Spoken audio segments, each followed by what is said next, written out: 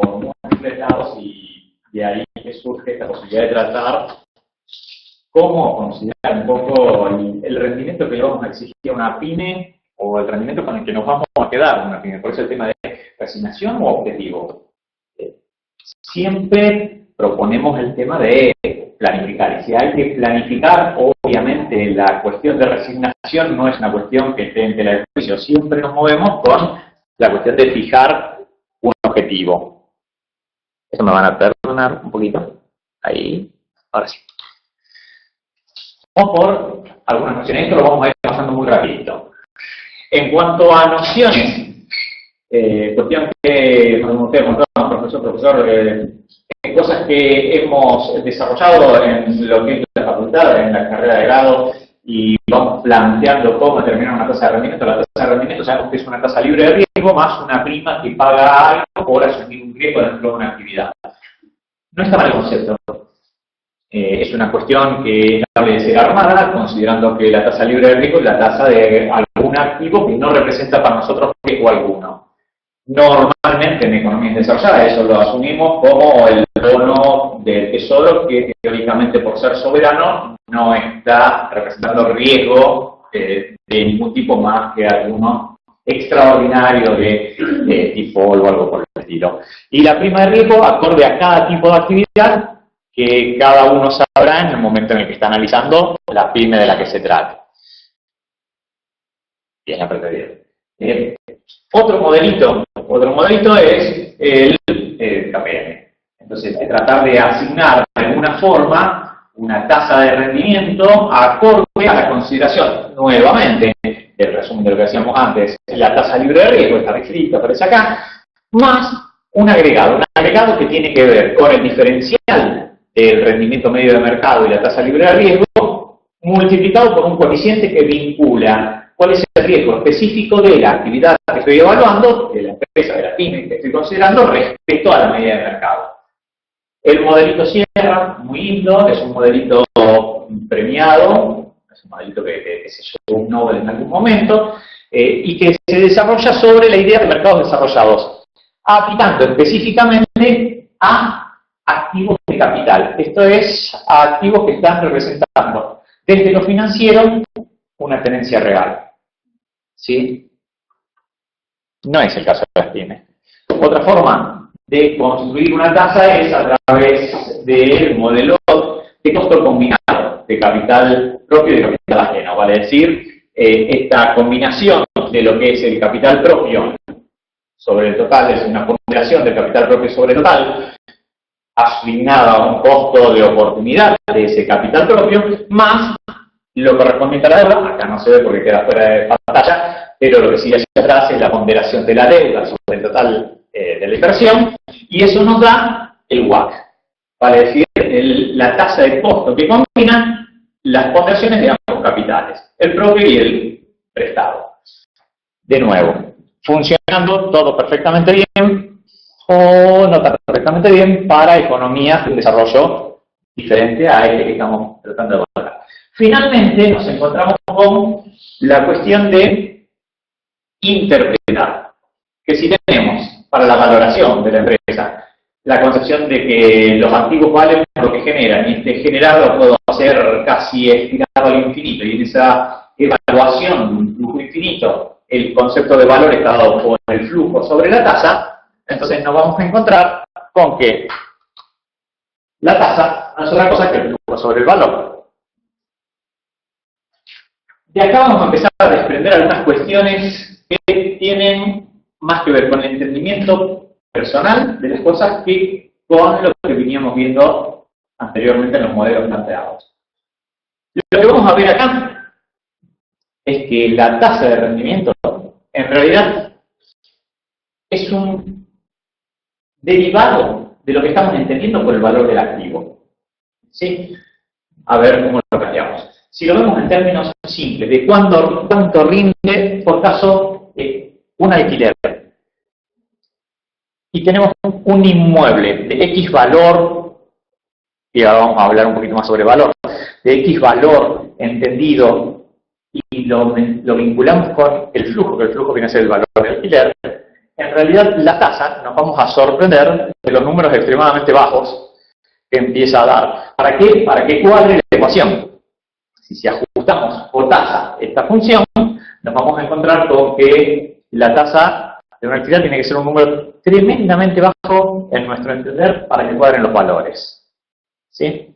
Esto, cuando lo llevamos a título de pymes, nos vamos a encontrar que afecta y mucho lo que vamos a plantear como rendimiento en una pyme. ¿Qué es una pyme? Y ahí venimos con un problema más grande. Pyme es un montón de cosas. Porque pyme es un concepto tan abstracto que entra de todo en pyme. Cuando inicio un determinado negocio con un volumen muy chico, casi sin estructura, sin personal, bajamente estoy dentro de una pyme. Cuando ese negocio va creciendo y se desarrolla y hay inclusión de personal y los costos de estructura empiezan a aumentar y me encuentro con un planteo de unas ventas mayores, también estoy en una pyme. Y hablar de una empresa que tiene 160 empleados y que tiene una facturación de 20 millones de pesos mensuales y que no se desarrolla sobre un predio de muchas hectáreas ni nada que se le parezca, también me sitúa en una pyme. Entonces, todo es pyme dentro de las nociones básicas que tenemos. Entonces, no tenemos una particularidad muy definida para lo que es pyme. Pyme es todo eso. Y no es lo mismo hablar de una pyme chiquita de una pyme grandota. ¿Qué vemos? Una regla general. El mucho por ciento de poco siempre es poco. Y el poco por ciento de mucho siempre es mucho. Entonces nos encontramos con que hay cuestiones escalares que hacen que una pyme chiquita pueda tener un rendimiento tremendo. Y que realmente el dueño de esa pyme, o los dueños de esa pyme, entiendan que el crecimiento escalar los va a beneficiar proporcionalmente. Y ahí está el primer error, de los muchos errores, que se cometen cuando hablamos de rendimiento pyme. ¿Por qué decimos el primer error? Porque en la medida en que escalarmente vayamos creciendo, el rendimiento necesariamente se va a hacer más chico. ¿Por qué se va a hacer más chico? Porque hay estructura de por medio que me lo tira para abajo. Sin embargo, el que se vaya haciendo más chico no significa que vaya perdiendo razón de ser en el planteo de cuánto rinde una pyme. No es que 10 pymes chiquitas son más convenientes que una pyme de 10 veces su tamaño. No es lo mismo la gestión de una pyme más grande que la de 10 chiquitas. Entonces, ahí es donde empiezan los primeros malentenderes de el rendimiento, de lo que debe ser el rendimiento de una pyme. Yo decía al principio, ¿qué corresponde? ¿Fijarlo como objetivo o resignarse a que sea lo que sea? Si decimos que lo que tenemos que hacer realmente es planificar, la fijación como objetivo es primordial. ¿Sí? Ahora, fijación como objetivo que tiene que tener algún asidero. Nosotros no podemos no entender de qué se trata el negocio. ¿Sí? Cada actividad tiene sus particularidades y esas particularidades las maneja fundamentalmente el dueño. Cuando hablo del dueño y estoy hablando de pymes, no estoy hablando de lo mismo que cuando hablo de una corporación donde el dueño no es el dueño, sino que hay un conjunto de accionistas que representa la titularidad de los derechos sobre esa empresa. Acá estamos hablando de una empresa que generalmente está encabezada por una persona, por pocas personas, por una familia, por varias pocas familias, que iniciaron un negocio de algún modo y que pudo haber crecido, incluso descontroladamente. ¿Descontroladamente por qué? Porque en realidad no se fijó un objetivo previo. Entonces, cada vez que se presentó una oportunidad de emprender algo más, se le dio. Y simplemente se creció. ¿Por qué? Porque tuvo la oportunidad de crecer. Sin medir las consecuencias de ese crecimiento. Entonces, en muchos casos nos encontramos con pymes que están directamente desbocadas en cuanto al dimensionamiento. Están sobredimensionadas que han encarado negocios que no son sus negocios, porque por no entender de qué se trata el negocio. ¿Qué más? Lo estructural, lo que decíamos antes. Cuando hablamos de una pyme y hablamos de lo inmobiliario, como decía al principio, el tema de cuánto cuesta un alquiler, en realidad nos encontramos con que el alquiler resulta para cualquier empresa chica un peso tremendo. Entonces, a efectos de evitar el pago de alquiler que compromete, impone la necesidad de asignar ciertos días de facturación para afrontar ese costo, nada mejor y más alegre que el saltar a ser el propietario de. Entonces, la propiedad del inmueble elimina del pago del alquiler, elimina la necesidad de estar vendiendo. Y estoy hablando simplemente de lo que es el inmobiliario. Hay muchísimo más dentro de lo estructural en una empresa, no se limita solo a lo inmobiliario. Pero eso estructural, en realidad, constituye un peso muerto tremendo para la empresa. Ese peso muerto hay que saber entenderlo como lo que es. Realmente un costo estructural que no debe formar parte del análisis de lo que es el rendimiento de la empresa. O por lo menos no debe formar alegremente, sin distinción, parte de ese análisis. No puedo poner dentro del rendimiento de una actividad que tiene un 19 o un 22 o un 15% anual de rendimiento, un inmueble que a lo mejor tiene un 2,5 o 3% de rendimiento. Porque en la ponderación de la inversión me voy a ir muy abajo en el rendimiento y realmente voy a estar considerando que al final tengo una inversión que me rinde un 5% y obtendría muchísimo más por fuera de la inversión no habiendo hecho nada. Si en vez de haber invertido en esto hubiese directamente hasta lo más simple y elementario, haber conformado un plazo fijo, me daría más. No hay que confundir. Lo estructural no es directamente algo afectado a la inversión para la realización de los negocios. ¿Sí? Lo estructural tiene una particularidad muy grande. Lo estructural también es salvaguarda de valor. Es decir, yo cuando hablo de un inmueble, por caso para mencionar lo mismo que antes, cuando hablo de un inmueble estoy hablando de un bien que va a mantener su valor incluso en una moneda fuerte que no está dentro de lo que es la actividad ordinaria de la pyme, que me va a permitir hasta posiblemente capitalizarme en el tiempo por el incremento de valor dado justamente el carácter estructural de ese inmueble.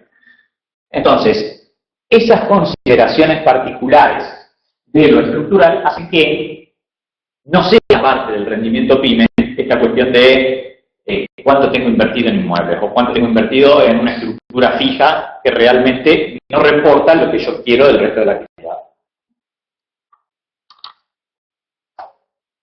El contexto. Bueno, hoy es un día asiago. Hoy es un día particular que viene casi al corolario de una semana muy movida, con tema fluctuación de tipo de cambio, y esas cosas hacen muchas veces replantearse cuánto estoy obteniendo, qué estoy ganando. Al final, si no tuviera esta inversión realizada acá, podría haber tenido la oportunidad de enriquecerme simplemente por la tenencia, sin haber hecho absolutamente nada. Pero hay que tener claro, esas cosas son contextuales, circunstanciales y ciertamente muy efímeras, ¿no? Entonces, todo este tembladeral pasa. ¿Cuánto? No sé.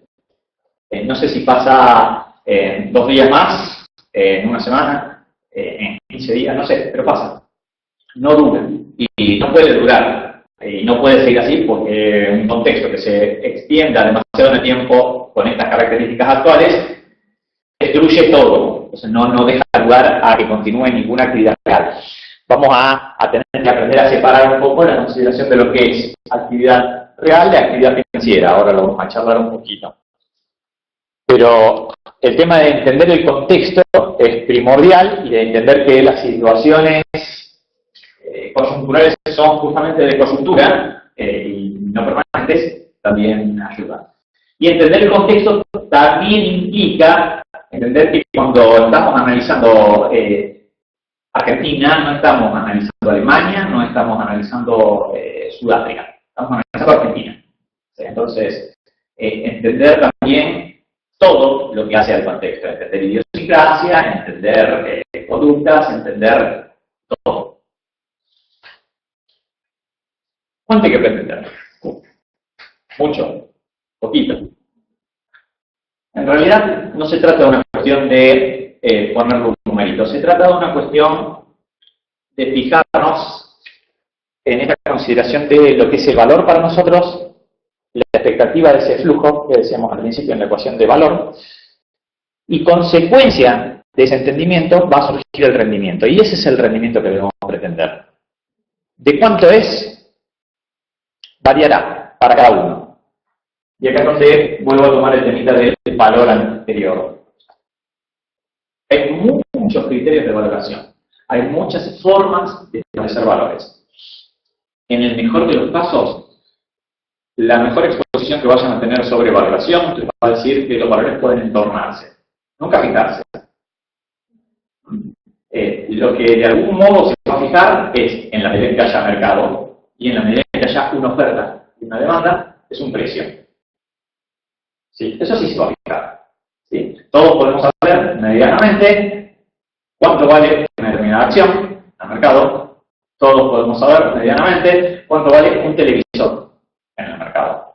Porque tiene ya definido un sistema complejo donde interactúan oferta y demanda y eso determina un precio. ¿Sí? Aún así, y en la medida en que nos alejamos de la excelencia funcional de un esquema de mercados financieros, nos vamos a encontrar con que esos precios también fluctúan. Si yo no me encuentro que el mismo televisor Sony sale lo mismo en todos lados. Hay diferencias que no vienen dadas por el costo de almacenamiento y el costo de flete, que es lo que aprendemos como factores distorsivos, sino por el antojo simple del oferente.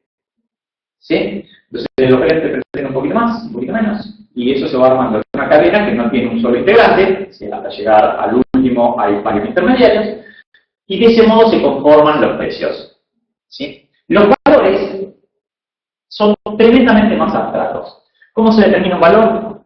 Porque lo establezco de acuerdo a un buen saber y entender o a una ecuación matemática. En este caso es lo mismo. ¿Sí? Entonces yo digo que este inmueble tiene un determinado valor. ¿Apoyado en qué? En el buen saber y entender de 5 tasadores que me pasaron, seguramente 5 valores distintos, sobre los cuales yo promedié, le asigné un factor incluso de credibilidad a cada uno de los tasadores y lo hice ponderado, ni siquiera un promedio simple. Y en última instancia yo lo que obtendré es un rango de valores. Y diré, mira, el que menos me lo tasó tanto, y el que más me lo tasó tanto. ¿Sí? Y dentro de ese marco, yo sabré que más o menos habrá de estar un posible número al cual vaya a poder realizarlo. ¿Sí? De todos modos, hasta tanto alguien no refrende mi criterio con un precio pagado, el valor no es otra cosa que un número. ¿Sí? Por cuestiones de decir, bueno, a ver, vamos a ser prudentes. Atendiendo a esa prudencia, yo podría decir, bueno, me tomo el valor más bajo. Me tomo el valor más bajo porque yo sé que el inmueble tiene un valor de entre 20 y 30 millones de dólares, pesos, entre 20 y 30 millones. ¿Sí? Entonces puedo decir, bueno, menos de 20 no va a valer. Más de 30 posiblemente tampoco. Es un número que está ahí. Bueno, me puedo tomar de más bajo. Me tomo el valor más bajo y en función del valor más bajo, dado el flujo, espero, yo puedo tranquilamente calcular cuál es la tasa de rendimiento. ¿Sí? Si yo pretendo que el valor sea más alto, obviamente la tasa va a ser menor. ¿Sí? Con respecto a una pyme, la PYME no tiene el tema de la tasación. La PYME, la valoración de la PYME es un proceso bastante más complejo. Bueno, bárbaro, pero el entendimiento del número es el mismo. La fijación del número tiene los mismos principios. Entonces, yo sé que hay rangos. Yo sé que mínimamente la PYME va a valer el conjunto de los valores de los activos que tiene la empresa. Si quiero restarle los pasivos si son representativos y si son esos activos. Eso es lo que vale la PYME. ¿Sí? Mínimamente. Ahí no estoy fijando potenciales operacionales ni nada por el estilo. Ahora, si yo quiero agregarle conceptos, bueno, voy a agregarlos. Entonces la PYME va a tener un valor dado por lo que yo espero de la PYME. ¿Sí? Es decir, cuáles son las potenciales utilidades derivadas de las ventas que en términos normales puedo realizar.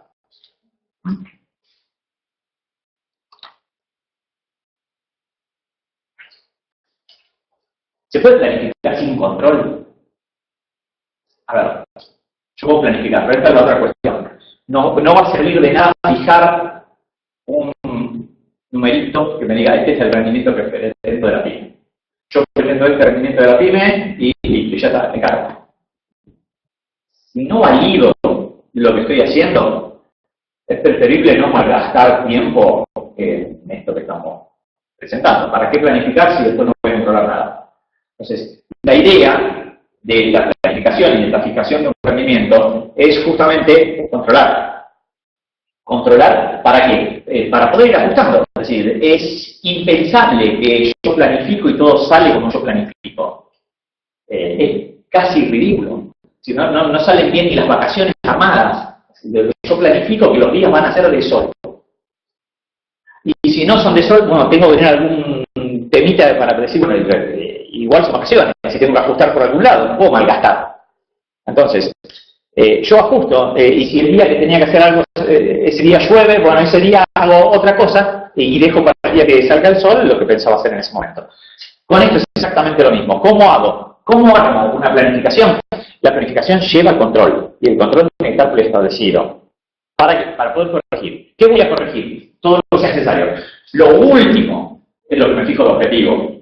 Entonces, cuando yo hago un rendimiento y pongo el rendimiento como meta allá arriba, entonces ese objetivo de rendimiento es lo último que voy a tratar de tocar. ¿Sí? ¿Por qué? Porque está estudiado de algún modo para tratar de conseguirlo. Entonces, no voy a tratar a tocar eso a menos que sea incumplible. ¿Sí? ¿Cada cuánto revisar? Cada cuánto resulta racional hacerlo. En contextos normales, la revisión mínima es anual, la mínima. En contextos de mayor turbulencia, obviamente, la revisión requiere una periodicidad mayor. ¿Está? Entonces, en contextos como el actual, y bastante seguido.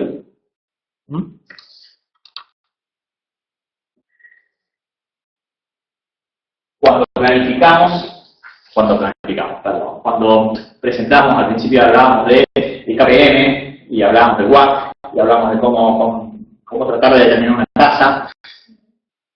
Muchas de esas cosas yo dije, ojo, esto pertenece a mercados de capitales. De hecho, el KPM es Capital Asset Pricing Model. El capital, me está diciendo la primera de las palabras, es Capital Asset Activos de capital. No me está hablando de que yo con ese modelo puedo fijar una tasa de rendimiento para una PYME. Me está diciendo que es un modelo para fijar rendimientos de activos de capital. ¿Sí? Entonces, sean estos de deuda o de titularidad. ¿Sí? De propiedad. Entonces, si son de propiedad o de deuda, igual se pueden fijar, pero son inversiones financieras. ¿Sí? En las inversiones financieras, yo tengo muchísimas ventajas de carácter matemático que no las tengo en las inversiones reales. ¿Sí? Yo en una inversión financiera me puedo salir hoy, ya, ahora. ¿Sí? Y me puedo parar sobre otra. Y ya está, se acabó. Mi compromiso para con las acciones de YPF es el mismo que para con las acciones de lo que sea, IBM compradas en Alemania. Es lo mismo, es decir, no tengo compromiso. Yo me voy para donde sea. ¿Y cómo salto? Y salto por conveniencia numérica, simple. ¿Sí? Y de vuelta, ¿salto por conocimiento exacto? No. Salto por valoraciones que hago y que pretendo compararlas a posteriori contra precios. ¿Sí? Se verificó mi evaluación. ¿Cuándo compro? Compro cuando considero que está barato. ¿Cuándo vendo? Cuando considero que está sobrevaluado. ¿Está? Entonces, ¿cómo entro y salgo del mercado? Simple, por esas dos normas. ¿Está? ¿Siempre funciona? ¿Siempre funciona? No funciona siempre. ¿Por qué? Porque las apreciaciones personales no siempre se condicen con la del conjunto, si es que el conjunto resultara ser el único determinante de todo. ¿Sí? Entonces, ¿puedo hablar de alguna referencia vinculante entre inversiones reales e inversiones financieras? Sí, en las dos hay movimientos de dinero. Ahora, el movimiento de dinero de las inversiones reales tiene una velocidad infinitamente menor y está tremendamente anclado. Algo que hablábamos antes de comenzar la charla. Si yo tengo 3 estaciones de servicio y el negocio de las estaciones de servicio por algo empieza a generar trabas y a no rendir lo que yo esperaba como rendimiento de las estaciones de servicio, yo no digo que hoy para mañana listo, ya vendo las estaciones de servicio y como está subiendo el dólar, compro dólares. No, porque no se puede. Porque, de nuevo, voy a empezar, la primera traba grande que voy a tener es que los activos de estas características, los reales, no son tan simples y fáciles de liquidar como los financieros. ¿Sí? Entonces, las pymes forman parte de este anclaje a inversiones reales. Cuando yo tengo una pyme, ¿qué hago en la pyme? Fabrico sillas. Y yo estoy, no condenado, pero casi, a fabricar sillas. ¿Sí? ¿Qué puedo hacer si no quiero fabricar sillas? Fabricar mesitas. Pero no me puedo salir de la fabricación de sillas para pasar a tener una empresa que cotice en Nasdaq. No hay ese cambio, no hay esa cuestión vertiginosa de salirme de un tipo de empresa y pasarme a otra. No puedo. Estoy anclado. Y estoy anclado por una multiplicidad de razones. Estoy anclado porque no es fácil liquidar activos reales de esas características. Financieros, sí, mañana, hoy. Tendré que esperar 24, 48, 72 horas, de acuerdo a lo que sea. Pero inversiones reales no las puedo liquidar así. Imposible liquidarlas de esa forma.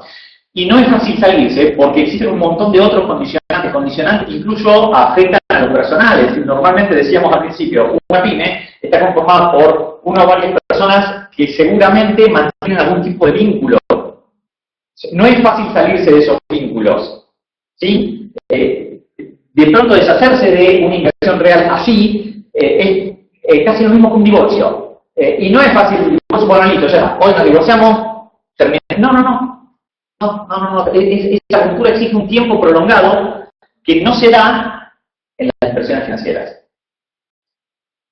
¿Sí? Entonces, hay errores realmente que se consideran cuando se habla de podríamos salirnos de este negocio y pasarnos a tal otra cosa. Podríamos dejar de tener esta empresa que fabrica sillas y en una nave industrial de 2.000 metros cuadrados sobre un lote de 5.000 metros y directamente ahí pongo cocheras. Porque fíjate, poniendo cocheras directamente no trabajamos, cobramos todos los meses y esto me da directo. ¿Y cómo se desinvierte todo lo invertido? Y pensarlo con más seriedad. En la misma situación que yo, van a estar todos mis colegas competidores de sillas, que van a estar todos viendo el mercado de la misma forma. Y no solo deben ser las sillas, porque en este momento si no se venden sillas, seguramente tampoco se venden mesitas. Si no se venden mesitas, muy posiblemente tampoco se venden un montón de otras cosas. Y si todo el mundo se sale de los negocios que en un momento circunstancial dejan de ser negocios por algo que tienen una baja rentabilidad para pasarse a otro que presuntamente tiene una mejora relativa de la rentabilidad frente a ellos, automáticamente yo sé que las cocheras van a pasar a valer 15 pesos por mes. Porque va a haber sobreoferta de cocheras por todos lados, porque va a haber un montón de galpones convertidos en cocheras. Entonces, todo esto hace que uno deba plantearse seriamente esta cuestión de si tengo una pyme, si estoy asistiendo a una pyme, no le puedo presentar como salida es deshacerse de la pyme. ¿Sí? No puedo hablar de no te conviene la fábrica de sillas, te conviene una cochera. Hay que entender un poco todo lo demás, los factores, las prevenciones, y entender que son errores corrientes esta cuestión de entender inversiones reales o inversiones preventivas. Y después, esto último, que surge de una charla con un amigo que me decía estar escéptico dentro del mundo de las finanzas por haber entendido que todo lo que le enseñaron y todo lo que incluso él transmitía se correspondía con, y él me hablaba de una analogía veterinaria, es decir, me enseñaron cómo funciona un elefante. Yo tengo un criadero de cáncer. Y llevar al elefante al modelo del hámster es forzar todo con un resultado francamente difícil de explicar, poco validable y muy pobre. ¿Qué es el elefante? El KPM. ¿Sí? Entonces uno se va a encontrar con un montonazo de artículos y un montonazo de gente que va a hablar diciendo que podemos hacer una adaptación del KPM para ajustarlo a la determinación de tasas en el mercado argentino. Y uno decía, a ver, cuando uno habla de KPM, el primer planteo es, bueno, el Standard & Poor's de 500 empresas o el análisis sobre, ¿qué 500 empresas tengo? No tengo ni 500 empresas en Argentina. Primera cuestión. Segunda cuestión, cuando lo llevo a un sector pyme me encuentro con una distorsión gigantesca de cosas. Entonces la biología del elefante no es la del cáncer. ¿Está? Y hay que entender que cuando uno habla de pymes, de algún modo, de lo que está hablando, es un hámster. ¿Sí? Un hámster que puede ser muy chiquito, eso tipo gel, o puede ser más grandote, más pesito, más gordo. Es decir, no importa el tamaño de la pyme, sigue siendo pyme. Para dejar de ser pyme, la pyme esa tendría que convertirse, realmente un paso tremendo, convertirse, hacerlo entender a los dueños que no son dueños, que pasan a ser accionistas, pero que en esa sesión, que a lo mejor ya han hecho a un equipo profesional de administradores que gestionan la empresa, debe ser más amplia, porque debe ser más abarcativa a otras cosas, y realmente convertir esa pyme en una corporación es algo que se ve muy pocas veces. Muy pocas veces se ve ese salto de pyme a gran empresa.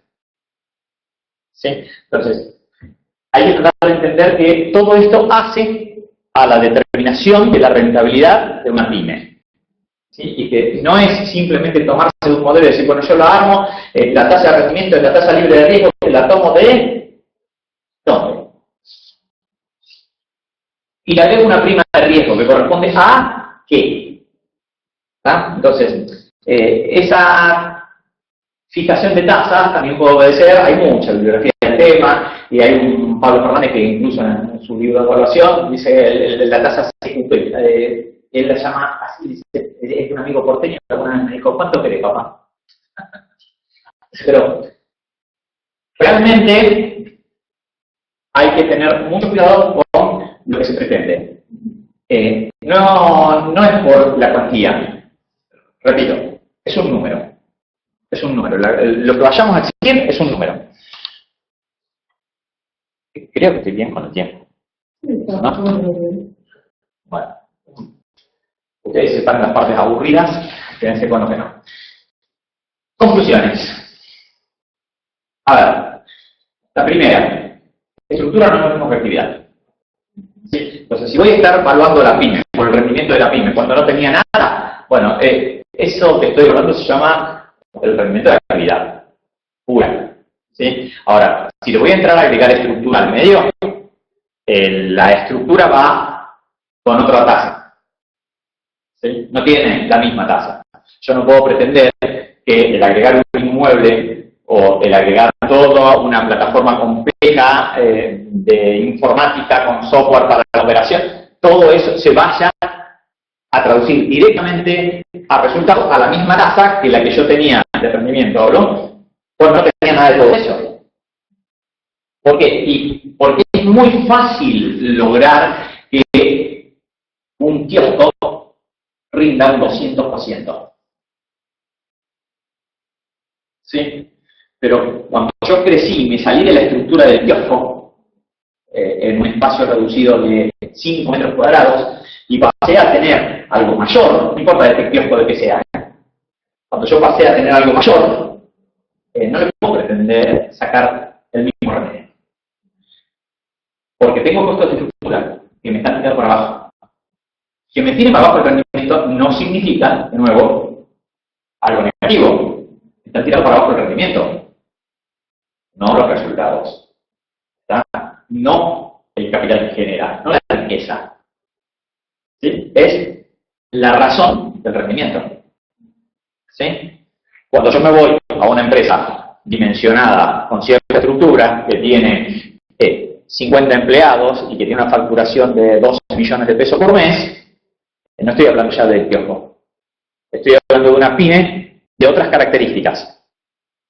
Pero yo no puedo pretender que el rendimiento de esa pyme, que tiene una estructura montada atrás enorme, sea el mismo que el de la unipersonal con un empleado que tenía una facturación de 125.000 pesos mensuales.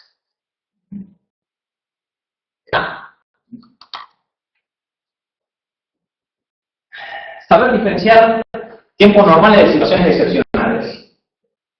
¿Sí? Cuando tratamos de fijar un rendimiento, del mismo modo que cuando tratamos de fijar un flujo, cuando decimos cuánto podemos llegar a obtener neto, por todo concepto, de la operatoria de esta actividad. Hablamos de tiempos normales, no hablamos de esas cuestiones excepcionales que sean para un lado o para el otro. ¿Sí? Entonces, no hay que tomarse normalmente de ese momento en el que logré superar todo el récord de ventas. Tampoco hay que anclarse en el análisis de una situación como la presente, en la que posiblemente tenga las ventas por el piso y en este momento no estoy vendiendo nada y esté muy complicado con la creación de resultados como para incluso poder pagar los costos fijos.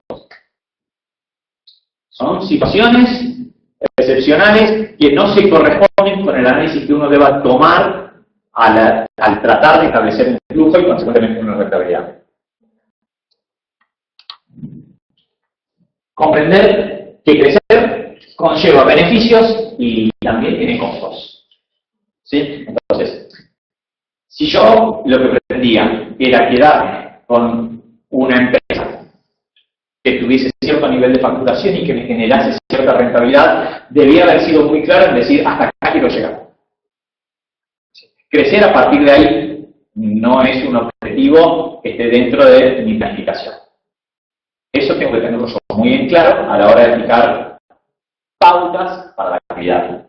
Voy a ir creciendo. ¿En qué medida voy a ir creciendo? ¿Hasta cuándo? ¿Voy a seguir agregando? Porque si yo tengo excedente, sigo volcando ahí. Si la intención era mantenerme dentro de un determinado nivel de rentabilidad, tengo que saber hasta dónde llego. Yo no puedo estar concibiendo desde el bajo que si yo siguiera creciendo y creciendo y creciendo y creciendo y creciendo y lograra hacer General Motors, yo tendría el mismo rendimiento que el que tiene el dueño del tiempo. ¿Está? Entonces, tengo que ser consciente que el rendimiento en esos niveles es tremendamente más bajo que el rendimiento en los niveles iniciales. ¿Sí? Si lo voy a mirar desde la inteligencia, voy a decir, ojo, a ver qué es lo que me decían, el mucho por ciento de poco es tremendamente poco, siempre. Y el poquito por ciento de mucho es muchísimo. ¿Está?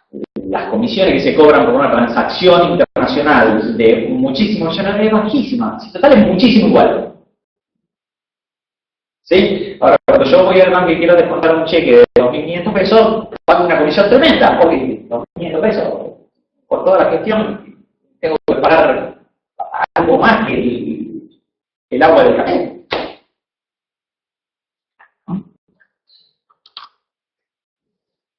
No exagerar expectativas. A ver. Esto de no exagerar no tanto para arriba como para abajo. Entonces, no pretender que una pyme vaya a dar muchísimo más de lo que incluso históricamente vino dando en sus tiempos normales. No pretender exigirle muchísimo más. Tampoco ser tan necio de castigar a esa tasa y decir, bueno, en realidad yo aunque me dé un 1% anual, me conformo. No irse a extremos. Tratar de trabajar sobre las medias. Si la empresa tiene historia, la historia sirve. ¿Sí? Si la empresa no tiene historia, dijimos que lo primero que tenemos que hacer es ser conocedores del negocio en el que me estoy metiendo. Si yo quiero opinar sobre un negocio, mínimamente tengo que conocer del negocio. Con lo que si la historia no es propia, es ajena, pero en algún lado de la historia está. Y si el negocio es un negocio genuinamente inventado, nuevo, bueno, pero ¿quién lo inventó? Tengo que estar hablando directamente con el inventor o ser yo el que lo inventó, con lo cual tengo que tener muy en claro en qué consiste el negocio. ¿Sí? No puedo empezar a hablar de la rentabilidad de un negocio que en realidad no tengo la menor idea de qué se trata. ¿Está? Y bueno, eso es un poco el tip de esta cuestión de establecer la rentabilidad de una empresa. No sé. Quiero.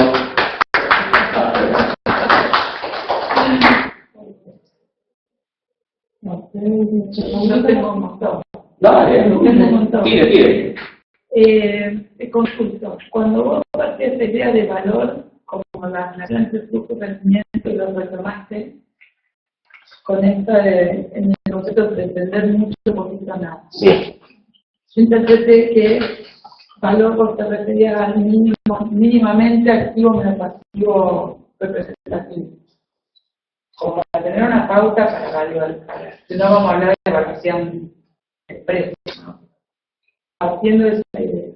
¿Vos cómo tomás, y eso lo tomás valor, cómo tomás flujo? ¿Tomás generación de fondos en el mismo plazo, en un año, por ejemplo? Claro. Si tomás el patrimonio neto de un año, tomás los flujos que generan ese año para sacar la tasa. A ver. Cuando yo hablé de valor y dije esto de valor como una cuestión de determinación casi contable, no hablaba de que esa sea la forma de establecer valor. Hablaba de, bueno, en última instancia, hasta tengo esa consideración de mí, es decir, ¿cuánto vale una empresa? Y bueno, si yo liquido todos los bienes de la empresa, ¿cuánto vale? Entonces me voy por el valor de realización de los bienes y digo, bueno, la sumatoria del valor de realización de los bienes es el valor mínimo que tendrá la empresa. ¿Por qué? Porque sin hacer absolutamente nada yo puedo liquidar ese valor. ¿Sí? Ahora, es de esperar que toda empresa valga más que la suma de sus componentes. ¿Por qué? Porque hay una sinergia particular dada por la actividad que desarrolla la empresa, sumada a los bienes que la empresa tiene, que hace que la generación de flujos y la expectativa de lo que esa empresa va a generar a futuro sea mayor que esa suma de bienes. Por eso la empresa se mantiene como tal y no se liquida. Esa es una forma básica de decir, bueno, ¿qué es lo mínimo que puede hacer la empresa? Esto de acá. Ahora, yo no me quedo excluyentemente con esa determinación de valor. Yo digo, bueno, el valor es, de nuevo, un número. Es un número que tendrá ese basamento. Basamento que, de nuevo, el valor de realización, hasta que no lo realicen, no lo sé. Pero el valor de realización es inestimable. Entonces yo puedo ponerlo como estimación, después, siguiendo este criterio de prudencia, decir, bueno, me castigo a mí mismo y lo pongo de la forma más baja posible y ese es el piso. Y sobre ese piso, ¿cómo construyo el valor?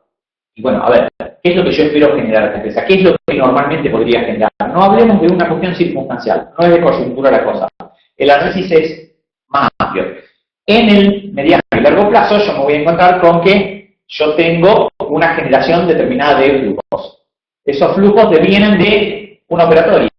Y la operatoria, el flujo en realidad, puedo asirlo, puedo asimilarlo a una regulación de lo contable. El flujo no es la utilidad neta. El flujo, partiendo de esa utilidad neta, puedo construirlo a través de los movimientos de efectivo que yo voy teniendo periodo a periodo, de acuerdo a una planificación, y establecer una media que a mí me permite decir, bueno, mira, el flujo esperado más o menos constante anual de esta actividad es tanto. De esa forma yo construyo el flujo. ¿Contesto con eso? Sí, gracias. Eso como para hacerlo válido para Para una empresa tiene un análisis personal que uno puede hacer desde el punto de vista del empresario o desde el punto de vista de asistir a la empresa como profesional, ¿no? Lo mismo pensaba cuando vos decías en todas las expectativas, cuando corregir, cómo planificar. Sí.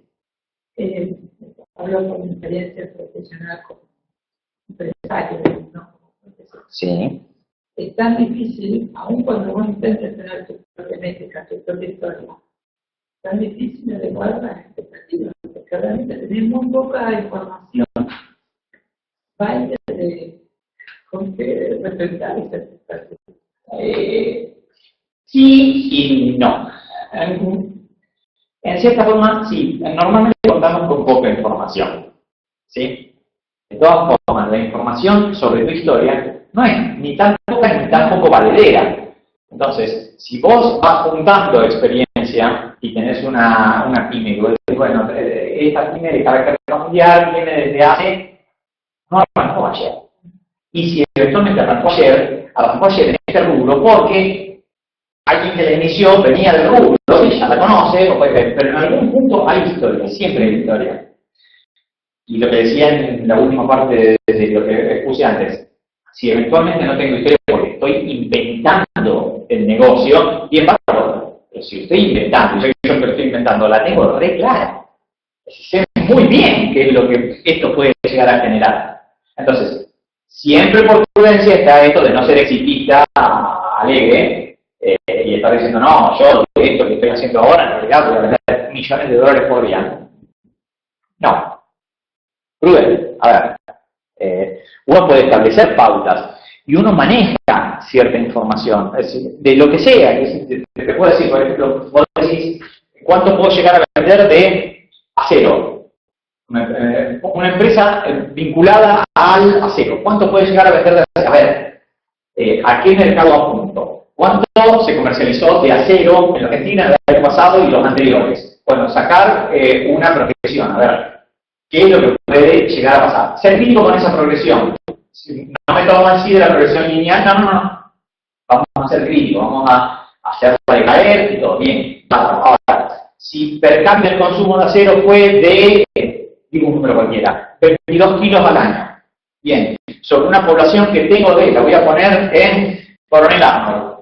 Y en realidad mi alcance de Coronel Arnold con un radio de 20 kilómetros. No me va a dar mucho.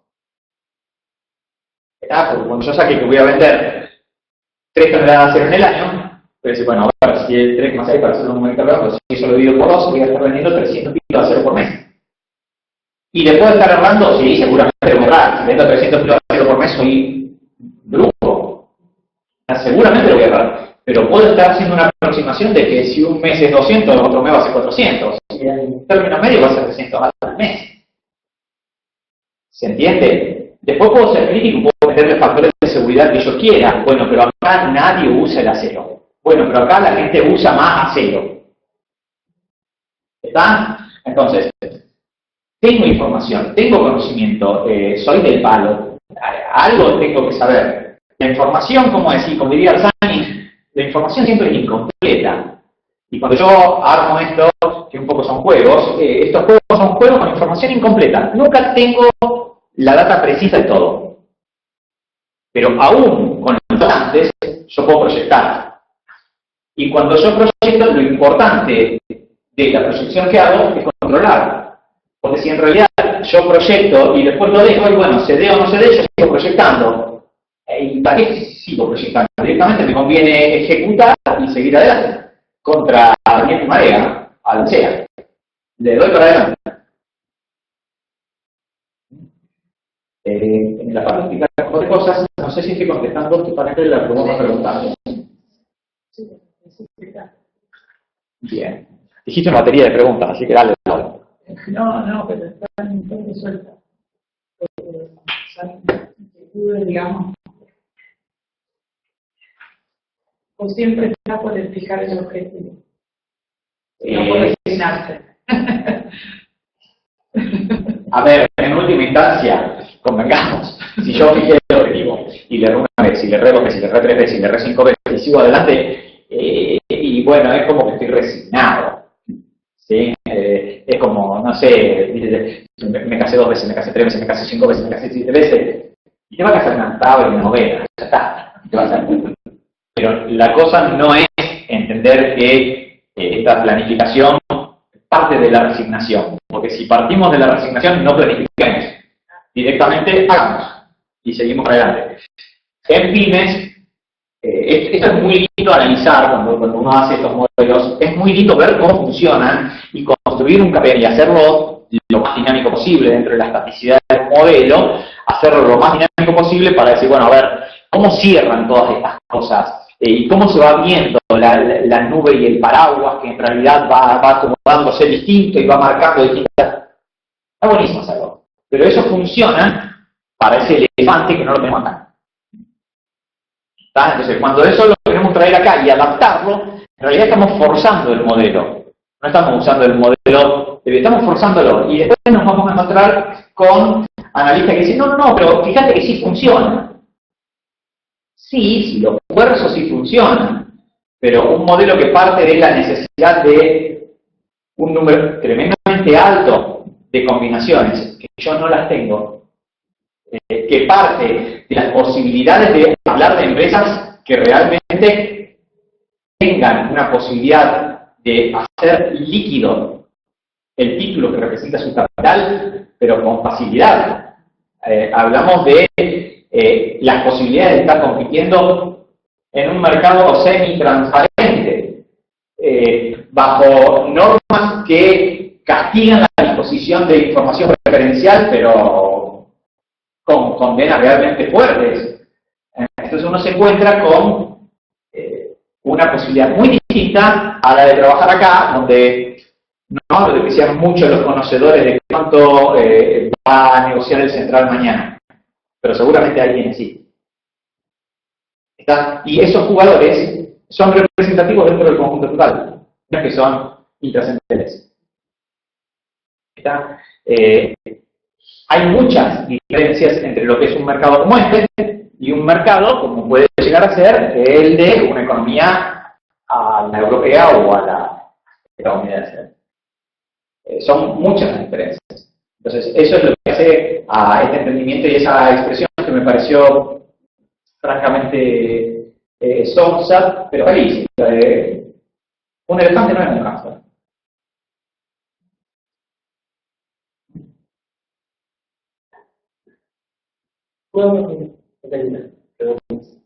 Bien. Bueno, son pocos entonces el reconocimiento. Realmente no me pesa tanto, porque si no era de todo lo que en algún momento enseñé no afecta. Pero bueno, como son poquitos, no afecta.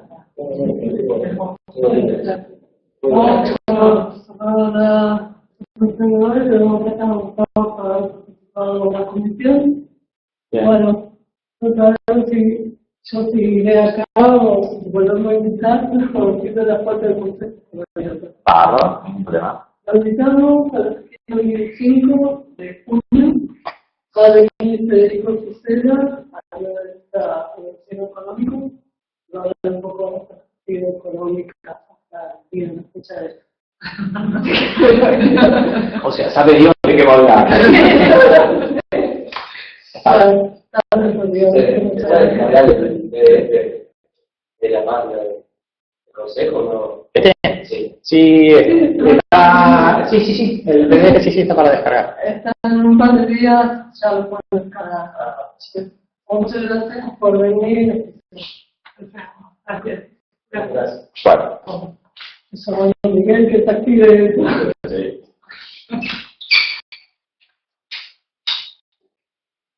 Bueno. Vamos a ver si arrancamos con una pyme, entonces ese da una empresa familiar.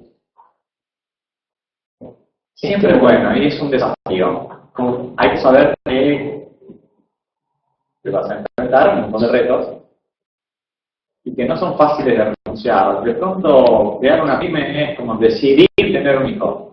Nació. No puedo volver atrás. Sí, ¿qué hacemos? Y todos te van a decir exactamente lo mismo, porque en la medida que crezca vos le vas a ir encontrando problemas. Y todo el mundo te va a decir exactamente lo mismo. Los chicos, problemas chicos. Los chicos grandes, pues ya sabemos. Pero es inevitable. Y no te podés deshacer de eso. Más allá de que por momentos tengas ganas de quemar el registro civil, que no quede en constancia de que es tu hijo, pero no te queda otra. Y la pyme es eso. La pyme es eso. Es de alguna manera un hijo. Que tenés que ver hasta dónde le das algo. Lo llevas a ver una carrera de auto o le compro una moto. Bueno, vos dirás, qué sé yo. ¿Viste? Y no todo sale mal y no todo sale